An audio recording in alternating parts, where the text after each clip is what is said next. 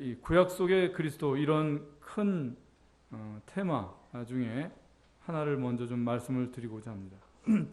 요한복음 5장을 다 같이 보겠습니다.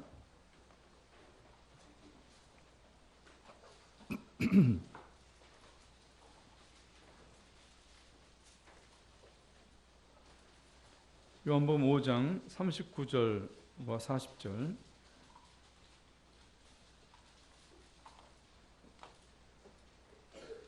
다 같이 한번 읽겠습니다. 요한복음 5장 39절과 40절 시작. 너희가 성경에서 영생을 얻는 줄 생각하고 성경을 상고하거니와 이 성경이 곧 내게 대하여 증거하는 것이로다. 그러나 너희가 영생을 얻기 위하여 내게 오기를 원하지 아니하는도다. 39절 말씀은 달리 이야기하면 이 말씀하실 시점에는 성경은 구약으로만 있었던 때죠. 그러면 이제 구약을 가리켜서 말씀하시는 거예요. 너희가 구약 성경에서 영생을 얻는 줄 알고 생각하고 구약 성경을 상고하거니와 이 구약 성경이 곧 내게 대하여 증거하는 것이라. 구약 속에 내가 있다 이렇게 말씀하신 거거든요. 그 유대인들은 예수님에 대해서 내가 누구냐 이렇게 질문했지만 예수님께서는 이렇게 답을 해주신 거예요. 구약 속에 이미 내가 있다. 우리 신약 시대의 교회 시대를 대표하는 전도자 바울이 있습니다. 이 바울이 전도한 복음이 이렇게 나와 있죠. 그 사도행전 28장에 보면 저희가 일자를 정하고 그의 우고하는 집에 많이 오니, 이건 이제 바울이 로마에 갇혀 있을 때입니다. 바울이 아침부터 저녁까지 강론하여 하나님 나라를 증거하고 모세의 율법과 선지자의 말을 가지고 예수의 일로 권하더라. 예수님에 관하여 사람들을 설득시키니라. 그러니까 모세의 율법과 선지자의 말, 다시 말해서 구약 성경을 가지고 바울이 했던 그 전도가 무엇이냐? 예수님에 관해서 구약을 가지고 이야기했다고 하는 것입니다. 그 성경이 사람에게 열리면 열릴수록 더 뚜렷해지는 것은 예수 그리스도입니다. 이 바울의 전도는 그의 독창적인 전도법이 아니었습니다. 예수님 자신도 그렇게 하셨습니다. 누가복음 24장으로 한번 가보겠습니다. 누가복음 마지막 장.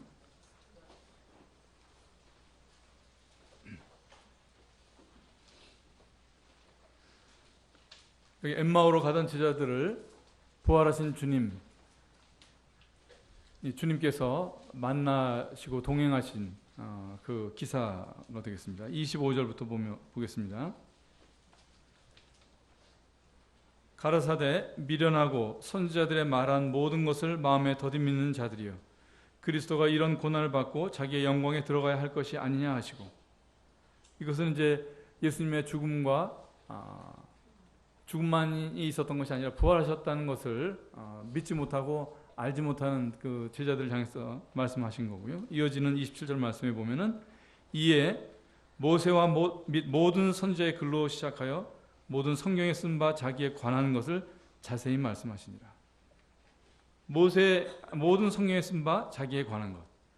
예수님께서도 구약의 전부를 가지고 그 엠마오 제자들에게 말씀하신 것이 바로 자신에 관한 말씀이었다고 하는 것입니다.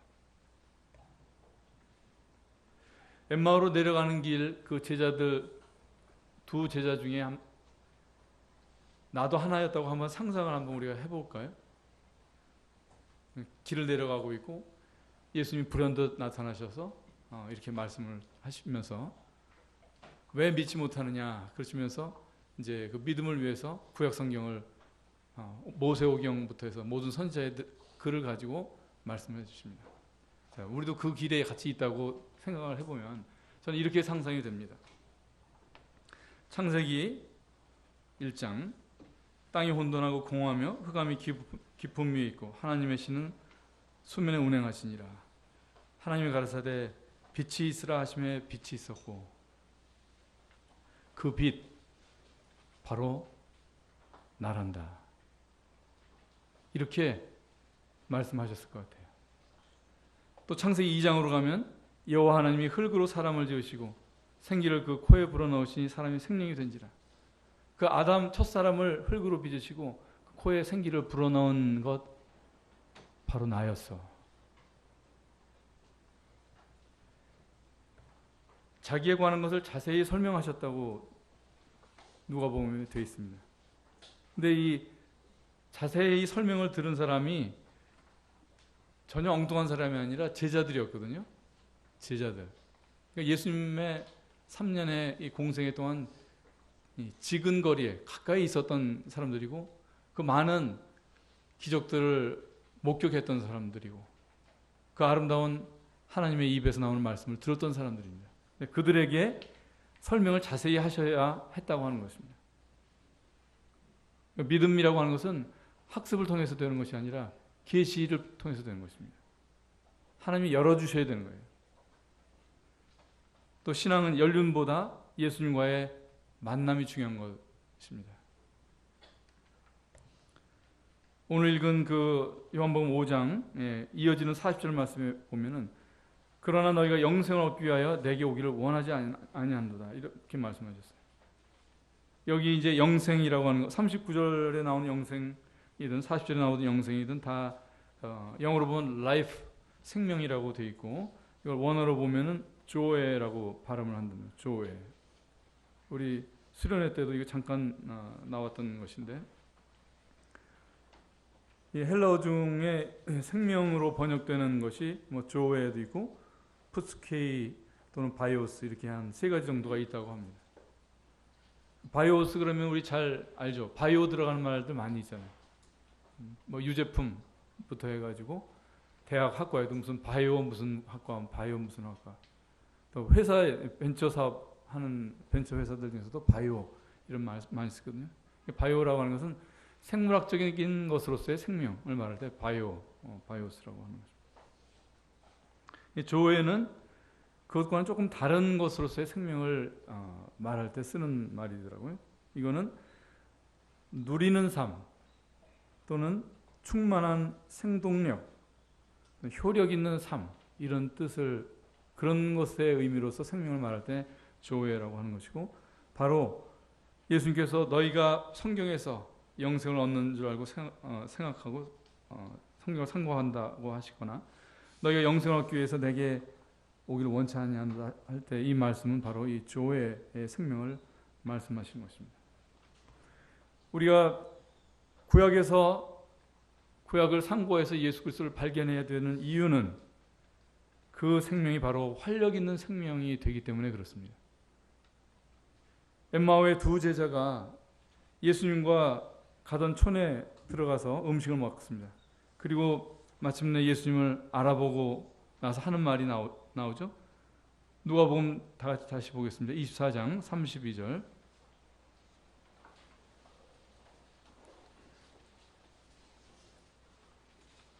누가복음 24장 32절.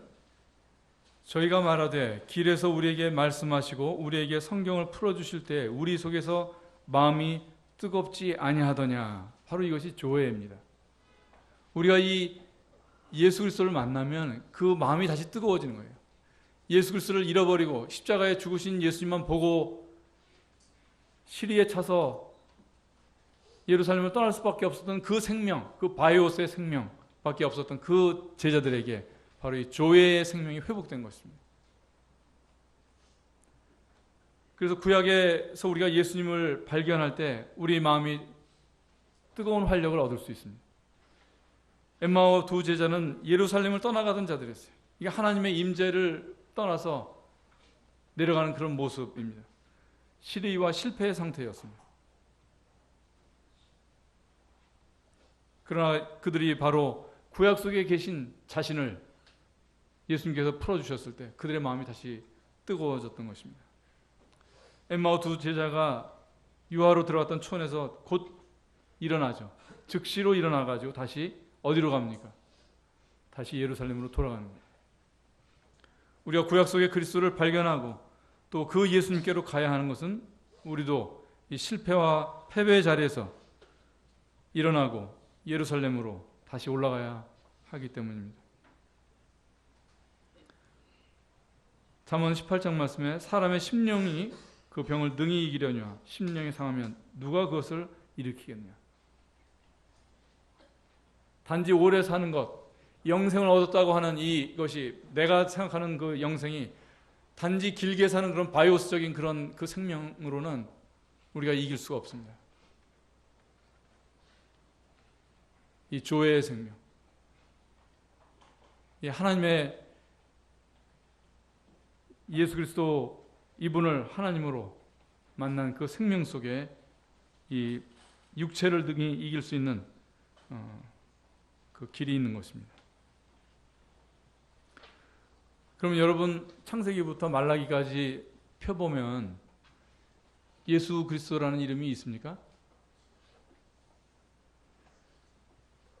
예수님이 구약 안에 어떤 이름으로 또는 어떤 모습으로 계실까요? 그 성경 중에 보면은요, 성경 매 시작 전에 그 성경 책에 뭐 창세기면 창세기, 뭐 출애굽이면 출애굽기 거기 그 요약된 것이 있어요. 저자는 누구, 쓰여진 시기는 언제쯤이고 주제 구절은 뭐 이런 게 있거든요. 거기 보면은 그 책에 예수님이 어떻게 나와 있는지 또 어떻게 활동하신 분이신지가 나와 정리된 것들이 있어요. 그런 걸 좀 참고하셔도 되고, 그런 걸 굳이 참고를 하지 않아도 우리가 그동안 많은 성경 공부나 또 이런 교재나 이런 걸 통해서 이미 많이 알고 계실 거예요. 제가 한번 정리를 해봤습니다. 창세기 1장, 아까 얘기한 것처럼 거기에 빛, 그거는 우리가 보는 이런 빛이 아니라 진리의 빛이고 생명의 원천이고 깨달음이고 계시이고 이런 것으로서의 빛, 바로 예수님이 그 빛으로 계신 거예요. 2장에 가면은 여호와, 이 아담의 코에 그 숨을 불어넣으신 이분, 부활하셔서 그 닫힌 방 안으로 들어오셔서 제자들에게 숨을 내신, 이 성령의 숨을 내신 그분, 같은 분이 거기에 계시단 말이에요. 3장에 가면 여자의 씨로 나오시고, 12장에 가면 아브라함의 후손으로 소개가 되시고, 49장 야곱의 그 유언 중에 보면은 유다 지파의 사자로 오실 분으로 예수님이 나오십니다. 출애굽기로 가면 2장에 나는 스스로 있는 자라고 말씀하시고, 6장에 가면 다시 여호와로 말씀하시고, 12장에 가면 6월절 어린 양으로 예수님이 나타나십니다. 그리고 16장에 가면 광야에 들어가 있는 이스라엘에게 내리는 만나이시고, 17장에는 물을 내시는 반석이시고, 26장 이후 여러 장에 걸쳐서는 바로 성막, 그것이 바로 예수 그리스도이신 것입니다. 얼마 전에 수요 모임에서 봤던 다니엘서에는 2장에 산에서 뜨인 돌, 그 금신상을 깨뜨리는 그 뜨인 돌이시고, 3장에 하나님의 아들로 언뜻 그 용광로 속에서 예수님이 자신의 모습을 언뜻 보여내십니다. 7장에 가면 인자 같은 이, 9장에는 메시아, 기름 부음을 받은 왕 이렇게 나옵니다. 말라기에서도 똑같이 예수님을 찾을 수가 있어요. 말라기 4장에는 의로운 해가 떠오를 것이라고 했습니다. 바로 이 의로운 해. 이렇게 구약에 굉장히 많은 다양한 모습으로 예수님이 계신 것입니다. 그래서 오늘 이 창세기 3장 여자의 씨로 나오고 있는 우리 예수님에 대해서 잠깐 말씀을 좀 참고를 해보겠습니다. 창세기 3장 15절입니다.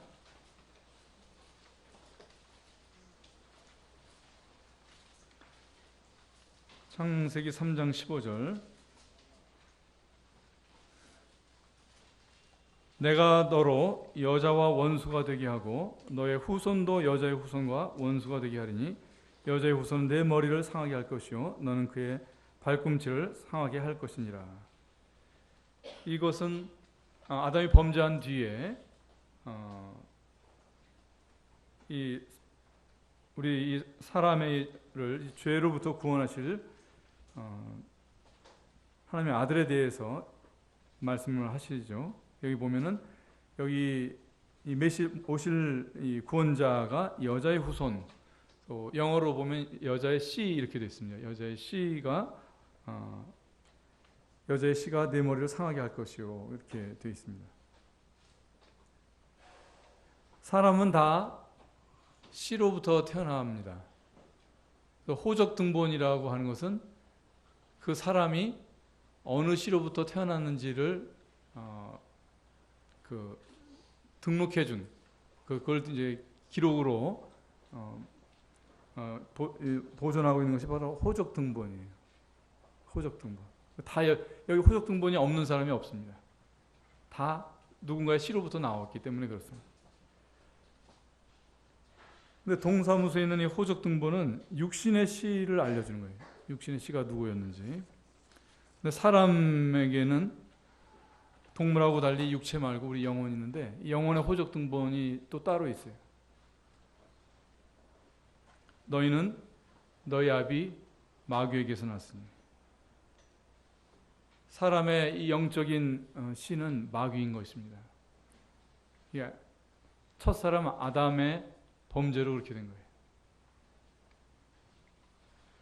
그래서 창세기 5장에 아담이 130세에 자기 모양 곧 자기 형상과 같은 아들을 낳아 이름을 셋이라 하였다. 그래서 아담 이후에 모든 나아지는 사람은 그 육체의 씨는 아담이고 그 영혼의 씨는 마귀인 것입니다. 사실은 이것에 대한 인식이 우리 어떤 구도의 출발점입니다. 나는 이것에 대한 인식이 없으면은 사람은 계속해서 자기의 가능성을 믿게 돼 있어요. 내 안에 선한 가능성이 있다는 것을 믿을 수밖에 없어요. 내 영의 호적이 마귀를 따른 것이라는 것에 대해서 분명하게 이것을 인정하지 않으면 그 사람의 어떤 신앙의 추구는 그래서 바리새인이 되는 거예요. 내 안에 선한 가능성이 남아 있다는 것을 결코 사람은 버리지 않습니다. 그래서 아담이 130세에 자기의 형상과 같은 아들을 낳았고 그 다음에 그가 930세를 향수하고 죽었다고 했습니다. 그래서 이어지는 이 창세기 5장의 말씀 보면은 누구는 몇 세를 향수하고 죽었더라. 누구는 몇 세를 향수하고 죽었더라. 계속 이렇게 이어지죠. 그래서 아담의 씨로 난 사람은 몇 살을 살았든지 그 끝은 다 똑같아요. 죽었더라. 남자의 씨로 난 사람은 사망을 피할 수가 없습니다. 공자 석가모니 훌륭한 사람이긴 했지만 아버지가 있는 사람들이었습니다. 공자가 부활했다고 혹시 들어보셨어요? 아니면 석가가 부활했다고 들어보셨습니까? 죽었더라의 족보에 다 올려져 있는 것입니다. 그 인격들이 고매하고 깨달은 바가 참으로 심오해요. 그렇지만 사망을 이기는 생명은 남자로 난 사람은 어떠한 이에게도 없는 것입니다. 근데 창세기 이 3장이 쓰여질 때를 생각을 해보면 굉장히 오래전이거든요. 과학도 없었을 때고 이 생명이라는 것에 대해서 어떤 과학적인 지식이 없었을 때입니다. 그런데 여자의 씨가 올 것이고 라는 말씀, 이 말씀 가만히 생각해 보면 정말 예사로운 말이 아니더라고요. 이게 자연 법칙을 벗어나는 어떤 굉장히 무모한 사실은 예언이거든요. 자연 법칙을 벗어나는 거예요. 여자로부터 여자의 씨로 오신다고 하는 것은 우리가 지금은 그냥 이렇게 쉽게 읽지만은 정말 희한하고 정말 황당한 그런 말이에요. 정말 예사롭지 않은 그런 말이에요. 성경에만 있지 않을까 그런 생각이 듭니다. 이 표현은 사실 이 인간의 구원에 관해서 사람들이 생각해낼 수 있는 어떤 방법하고도 맞지 않는 그런 말씀이에요. 여자의 씨가 올 것이라고 하는 이 말씀입니다. 그래서 성경은 사람의 책이라고 할 수가 없더라고요. 이렇게 좀 우리가 냉정하게 좀 생각을 해보면, 이건 이성적으로 생각해도 성경의 이런 표현은 정말 예사로운 그런 것이 아니더라고요. 그리고 이 창세기가 쓰여진 이후로 한 3,000년 이상이 지난 후에야 이 말씀이 무슨 뜻인지 조금 인류들에게 보편적으로 알아들을 수 있게 말씀하셨어요. 이사야를 통해서. 보라, 처녀가 잉태하여 아들을 낳을 것이요 그 이름을 임마누엘이라 하리라. 처녀가 납득은 안 되지만 처녀가 잉태하여 아들을 낳을 그분, 그 처녀가 낳는 아들로 오신 분이 구원자시구나. 이렇게 이사야서 7장에 풀어주셨던 것입니다. 마태복음 1장을 한번 보겠습니다.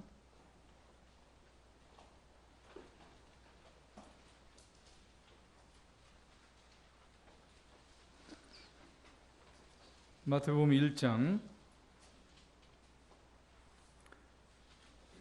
1절입니다. 아브라함과 다윗의 자손 예수 그리스도의 세계라. 족보입니다. 우리가 창세기 5장에서 나왔던 족보와 같이 족보를 말씀하시는 것이고요. 2절 아브라함이 이삭을 낳고 이삭은 야곱을 낳고 야곱은 유다와 그의 형제를 낳고, 계속 이렇게 나오죠. 16절에 예수님이 나아지십니다. 어떻게 되는지 보죠. 야곱은 마리아의 남편 요셉을 낳았으니 마리아에게서 그리스도라 칭하는 예수가 나시니라. 여기 마태복음 1장 이 부분 누구나 다 따분함을 느끼면서 다 읽었던 경험들이 있으실 거예요. 누가 누구를 낳고 누가 누구를 낳고. 그런데 나중에 집중력이 떨어져서 그냥 빨리 지나가죠. 네? 근데 여기 보면은 아버지가 어느 아들을 낳고 또 그가 아버지가 되어서 아들 누구를 낳고 이렇게 하다가 그리스도의 나심에 이르러서 딱 달라지잖아요. 그죠? 마리아에게서 예수가 나시니라. 이 마태의 붓은 4,000년 전 창세기 3장의 한 구절에 있는 이 놀라운, 정말로 예사롭지 않은, 정말로 납득할 수 없는 이 말씀이 이루어진 것을 그도 모르게 그의 붓이 이렇게 기록하고 있는 것입니다. 다 아브라함은 누구를 낳고 하다가 그 방식대로 하면 야곱은 요셉을 낳고 요셉은 예수를 낳으니라, 이렇게 돼야 될 거기가 바뀌어 있는 거예요. 바로 여자의 씨로 나셨다는 것을 이 신약의 첫 장에서 하나님께서 그 여자의 씨를 약속하신 것이 어떻게 성취가 되었는지 그렇게 말씀을 하신 것이더라고요. 그래서 마태복음 1장 우리가 읽을 때 정말 얼마나 이 4,000년의 시간을 두고서 사람들이 상식으로는 잘 납득도 안 되는 그 한마디 여자의 씨라는 말씀이 어떻게 그 구체적인 역사 속에 실현이 됐는지를 보여주는 아주 놀라운 그런 말씀이 아닐 수 없는 것입니다. 제가 한 번은 이제 시편을 읽다가, 제가 구원 받기 전에 읽었던 시편 누구나 좋아하거든요. 교회를 안 다니는 사람들도 좋아하고 위로가 되고, 그러니까 힐링이 되고 위로가 되고. 그런데 제가 믿음이 생기고 나서 시편을 다시 보는데 시편이 다윗의 얘기가 아니더라고요. 다윗이 사실 죽기 전에 얘기했잖아요. 하나님의 영이 내 입을 빙자하여 말씀하셨다. 그러시면서 예수 그리스도에 대한 예언이라고 하는 것을, 자신의 지은 그 많은 시들이 바로 예수 그리스도에 관한 것이라는 것을 그 유언으로도 증명을 해주고 있어요. 그 시편을 그렇게 해서 읽다 보니까 다 온통 예수님밖에 안 보이더라고요. 근데 그 중에 하나, 제가 또 하나 눈을 떴던 것이 이것입니다. 시편 139편입니다. 이 시편 139편이 예수님의 성육신, 육신으로 오신 것하고 관련되는 그런 말씀으로 보였던 것입니다. 시편 139편입니다.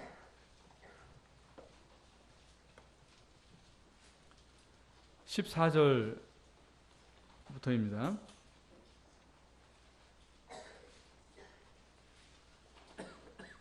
시편 139편 14절. 내가 주께 감사하오면 나를 지으심이 신묘막측하심이라. 주의 행사가 기이함을 내 영혼이 잘 아나이다.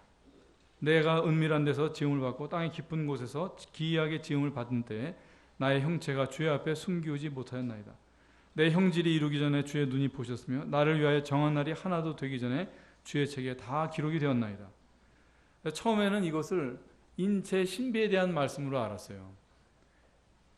그 의학을 한 저뿐만이 아니라 사실은 사람이 살다가 보면 이 과학적인 사실들을 통해서도 인체가 얼마나 신묘막측한지 다 이해하고 동의할 수 있는 것입니다. 그래서 그렇게 알았었어요. 나를 지으심이 신묘막측하심이라.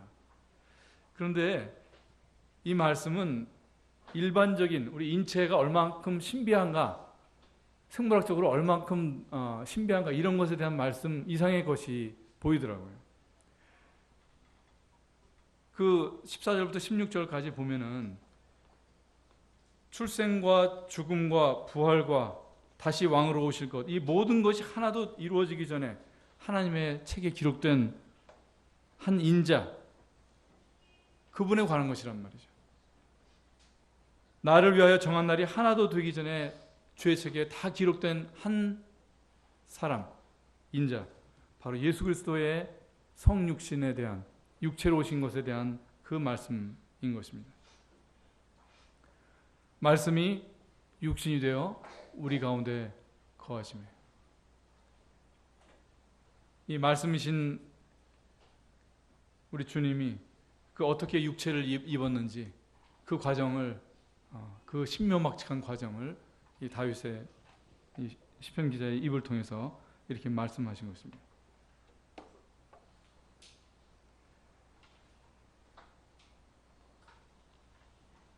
아까 말씀드린 것처럼 남자의 씨로 태어난 사람은 남의 죄를 담당해 줄 자격이 원천적으로 없습니다. 다 자기 죄로 죽는 것입니다. 사람의 죄를 담당할 자격은 죄가 없는 분이라야 합니다. 그래서 남자의 씨가 아닌 여자의 씨로 난 것입니다. 요한 1서 3장 5절에는 그가 우리 죄를 없이 하려고 나타내신 바 된 것을 너희가 아나니 그에게는 죄가 없느니라. 요한복음 1장을 다 같이 한번 보겠습니다. 요한복음 1장 29절.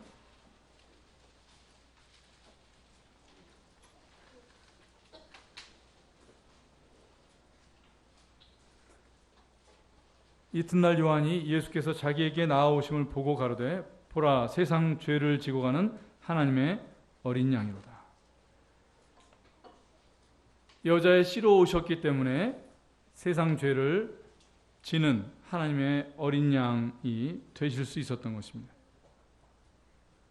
그래서 예수님의 십자가의 대속은 정당성이 있는 것입니다. 세상에 누구도 남자의 씨로 난 사람이 내 죄를 가져가 줄 수 없어요. 아무도. 오직 죄 없는 예수 그리스도, 그는 죄가 없으시니라. 하나님의 어린 양으로 합당하신 예수님만이 그런 자격이 있으신 거고, 그것은 바로 예수님이 여자의 씨로 오셨기 때문에 되는 것입니다.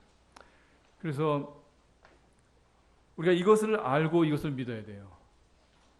예수님이 단순히 십자가에서 고난받으시고 죽으셨다는 이 사실, 그 전에 전제될 것이 뭐냐면 그분은 내 죄를 가져가실 만한 자격이 있는 죄 없는 분이셨다고 하는 것입니다. 그래서 찬송가 중에 있잖아요. 죄짐 맡은 우리 구주 어찌 좋은 친구인지. 예수님에 대한 이 믿음이 없으면 사람은 죄짐을 어디 맡길 데가 없는 것입니다. 그 다음에 창세기 3장 15절로 다시 돌아가 보면 내가 너로 여자와 원수가 되게 하고 너의 후손도 여자의 씨와 원수가 되게 하리니 여자의 씨는 내 머리를 상하게 할 것이요 라고 하셨습니다. 머리를 상하게 할 것이야. 이 사단의 머리를 상하게 할 것이라고 하셨습니다. 그래서 예수님께서 십자가에 죽으시고 부활하신 것이 사단의 머리를 상하게 하신 것이 되었습니다.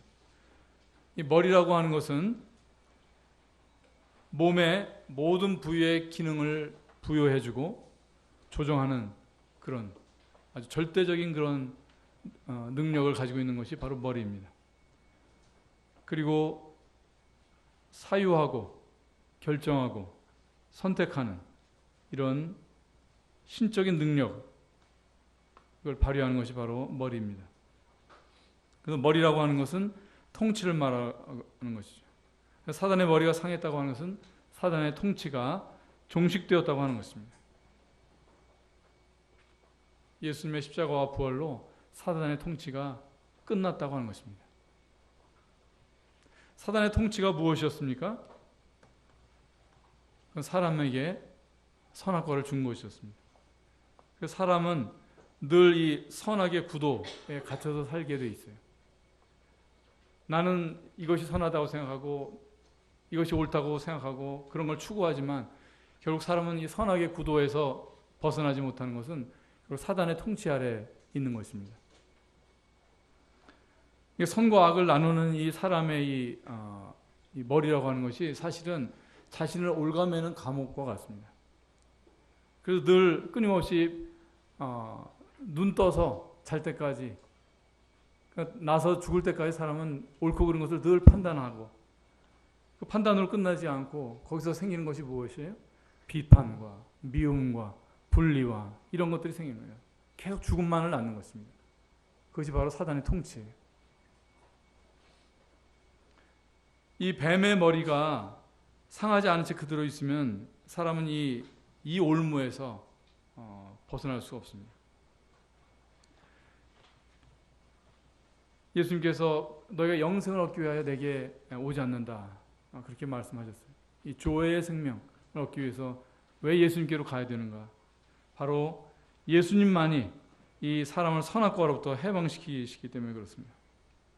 로마서 8장 2절에는 그리스도 예수 안에 있는 생명의 성령의 법이, 바로 이것이 조회입니다. 조회의 법이 죄와 사망의 법에서 너를 해방하였습니다.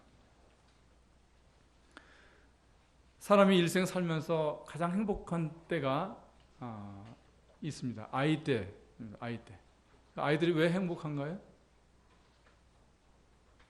바로 선악의 문제에 아직 들어가지 않을 때라서 행복한 것입니다. 그래서 아이들은 편견이 없고 누구하고도 어울리죠.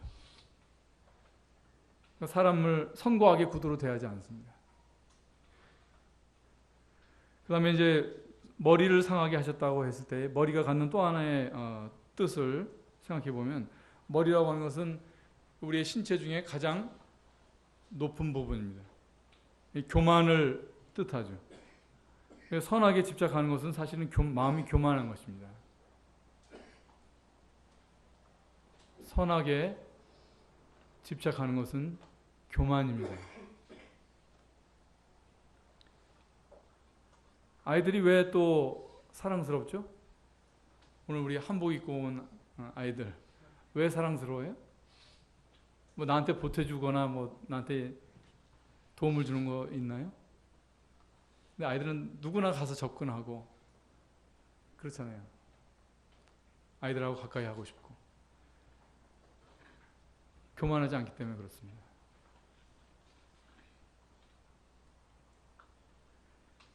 그래서 이 조회의 생명이라고 하는 것은 생각도 유연해지고 포용할 줄 알게 되고 또 겸손하게 됩니다. 그래서 예수님께서도 너희가 돌이켜 어린아이들과 같이 되지 않냐면 결단코 천국에 들어가지 못하리라. 그리고 욥기에는 우리가 거듭날 때 그 살이 어린아이보다 연하여지고 소년 때를 회복할 것이라고 그렇게 약속하셨어요. 그래서 여자의 씨로 난 사람은 아이 같아져야 됩니다. 신앙의 성숙은 노련해지는 것이 아니라 단순해지는 것입니다. 인격의 완성은, 노인의 완성은 아이가 되는 것이라고 그렇게 생각이 듭니다. 그래서 저는 자주 이런 것에 저를 좀 비추어 봐요. 사람들이 별로 저한테 이렇게 가까이 안 하는 것 같아요. 나는 아직 교만하구나, 아직 뻣뻣하고 그렇다는 것을 자꾸 생각하게 되고, 제가 나이가 들수록 더 아이 같아져서 사람들이 편하게 생각하고 다가오고 그럴 수 있는 사람이 되기를 바랍니다. 그 다음에 이 사단의 머리가 상한 사람의 이 머리는 또 하나의 중요한 특성이 있어요. 시편 141편입니다. 시편 141편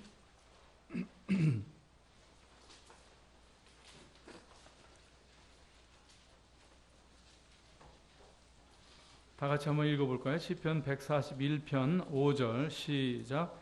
의인이 나를 칠지라도 은혜로 여기며 책망할지라도 머리에 기름같이 여겨서 내 머리가 이를 거절치 아니할지라. 저의 재난 중에라도 내가 항상 기도하리로다. 의인이 나를 칠지라도 은혜로 여긴다.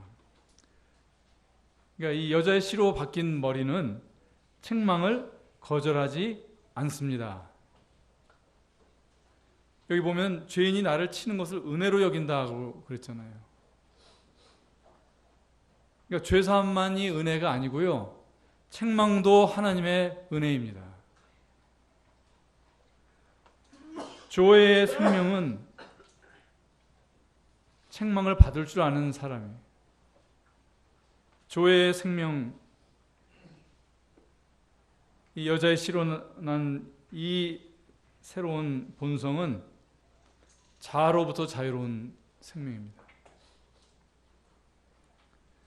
이 짐승들이 걸리는 걸 올무라고 하죠, 덫. 근데 짐승들이 걸리는 것이 덫이라고 하면 사람들은 어떤 덫에 걸려 있냐? 자존심, 자아, 자기 숭배, 자기 연민, 이런 덫에 다 걸려 있어요. 구원받았다 하더라도 자주 우리가 살아계신 하나님과 동행하는 것을 놓치면 또 덫에 걸리는 건데, 그것이 무엇이냐? 바로 자아라고 하는 것입니다. 이것이 여러 가지 합리적인 이유와 명분과 또는 아름다운 모습으로 우리를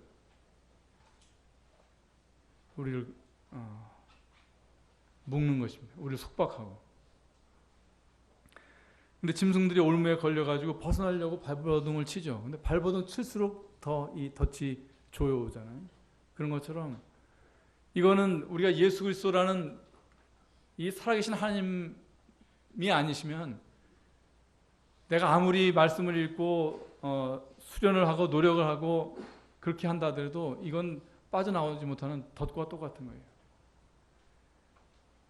그래서 은혜와 진리로 죄악이 속하여지지만 사람이 죄악을 떠나는 것은 이 자아의 이 무서운 힘과 미혹과 속임으로부터 떠날 수 있는 것은 여호와를 경외함이라고 했어요.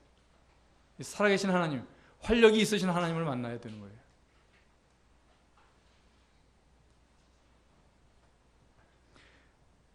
의인이 나를 칠지라도 은혜로 여기며 책망할지라도 무엇으로 여긴다고 그랬어요? 머리에 기름같이 여긴다고 했어요. 우리 머리에 기름, 이거 무엇을 나타내죠? 성령을 나타내는 거예요. 성령. 책망이 성령이라고 하는 것입니다. 우리 성령으로 이끌리는 삶을 살기를 원하고 성령 충만하기를 원하잖아요. 그런데 그것이 어디서 오느냐? 책망으로 오는 것입니다. 그래서 완곡하게 제가 표현을 하지만 성령의 이 기름, 성령의 기름 부음은 자주 책망으로 옵니다, 이렇게 얘기를 하는데, 사실은 제가 살아보니까 대부분이에요. 대부분 책망으로 오시고, 그 책망을 받아들이는 것은 정말 죽기보다 싫은 것이 사람이거든요. 그러나 그것이 살아계신 예수님을 내가 인식하고 그분을 볼 때 그 앞에서 비로소 내가 책망을 받아들이는 수가 있게 되는 거예요. 그렇게 되고 나면 그것이 성령입니다. 그것이 성령이 내게 부어지는 순간이고, 그래서 그 책망을 받아들인 그 다음에 나오는 것이 정말 성령 충만한 그 사람의 말과 행동과 생각과 그 영향력이 신선한 하늘의 것이 되는 것입니다. 나의 책망을 듣고 돌이키라. 보라, 내가 나의 신을 너희에게 부어주며 나의 말을 너희에게 보이리라. 우리가 성령 충만을 위해서 무슨 특별한 일을 한다든지 어떤 특별한 집회를 통해서 이런 것을 얻는다든지 그런 건 온당한 생각이 아니더라고요. 우리가 성령 충만할 수 있는 길을 하나님께서는 끊임없이 주고 계세요. 오늘 저녁 때도 여러분들한테 올 수 있어요. 성령의 기름 부음이 책망으로 옵니다.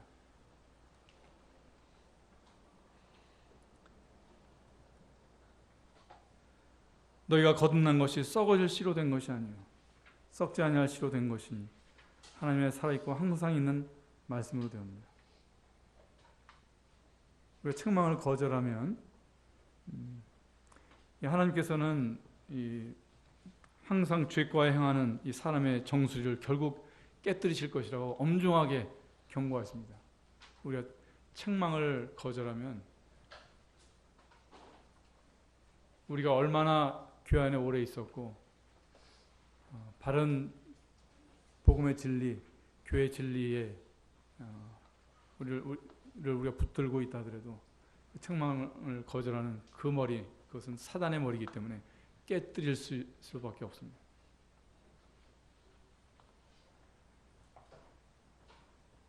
오늘 이번 주 암송 말씀이 좀 관련이 되더라고요. 다 같이 한번 보고 마치도록 하겠습니다. 욥기 22장 29절이었죠. 자, 우리 여기 나온 것으로 한번 읽겠습니다. 주보에 나온 것처럼 나온 것으로. 자, 욥기 22장 29절 시작. 사람들이 너를 낮추거든 너는 교만해노라고 말하라. 하나님은 겸손한 자를 구원하시리라. 너희가 생명을 얻기 위하여 내게 오기를 원치 아니하노라. 이제 우리가 정말로 오늘을 조회의 생명으로 활력